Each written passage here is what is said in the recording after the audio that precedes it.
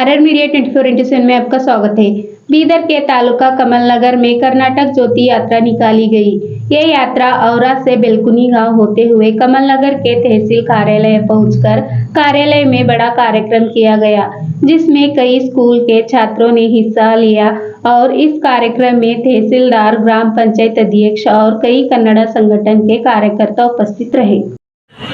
Doctor Channabasava ಪಟ್ಟದೇವರ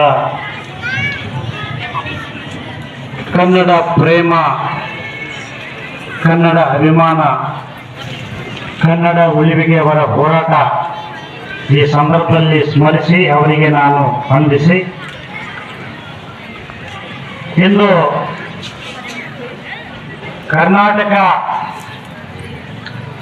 1973ರಲ್ಲಿ November 1ರಂದು ಇಡೀ ಅಖಿಲ ಕರ್ನಾಟಕ ರಾಜ್ಯಕ್ಕೆ ಕರ್ನಾಟಕ ಅಂತ ನಾಮಕರಣ ಆಯಿತು. ನವೆಂಬರ್ 2023ಕ್ಕೆ 50 ವರ್ಷ ತುಂಬಿದೆ. ಅದಕ್ಕಾಗಿ ಕರ್ನಾಟಕ ಸರ್ಕಾರ ಕನ್ನಡ ಮತ್ತು ಸಂಸ್ಕೃತಿ ಇಲಾಖೆ ಅಂತ ನಾಮಕರಣ ಆಗಲಿಕ್ಕೆ ಏನು ಹೋರಾಟ ಪ್ರಯತ್ನ ನಡೆದು ಅದನ್ನು ಸ್ಮರಿಸುತ್ತಾ ಕನ್ನಡಿಗರ ಅಖಂಡತೆಯ ಸಂಸ್ಕೃತಿಯನ್ನು ಪೋಷಿಸುವ ಉದ್ದೇಶದಿಂದ ಸರ್ಕಾರ ಈ ಕ್ರಮ ಕೈಗೊಂಡಿದೆ.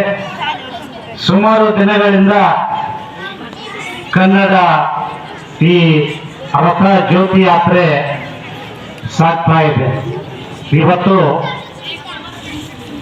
ಕಮಲನಗರ ತಾಲೂಕಾ ಬೆಲ್ಕುಣಿಯ ಮೂಲಕ ಸಮಸ್ತ ಸಂಭ್ರಮದಿಂದ ನೃತ್ಯದೊಂದಿಗೆ ಮತ್ತು ಕನ್ನಡಿಗರ ಉತ್ಸಾಹದ ನಡಿಗೆಯೊಂದಿಗೆ ನಾವು ತಾಲೂಕಾ ದಂಡಾಧಿಕಾರಿಯವರ ಕಚೇರಿಗೆ ತಲುಪಿದ್ದೇವೆ.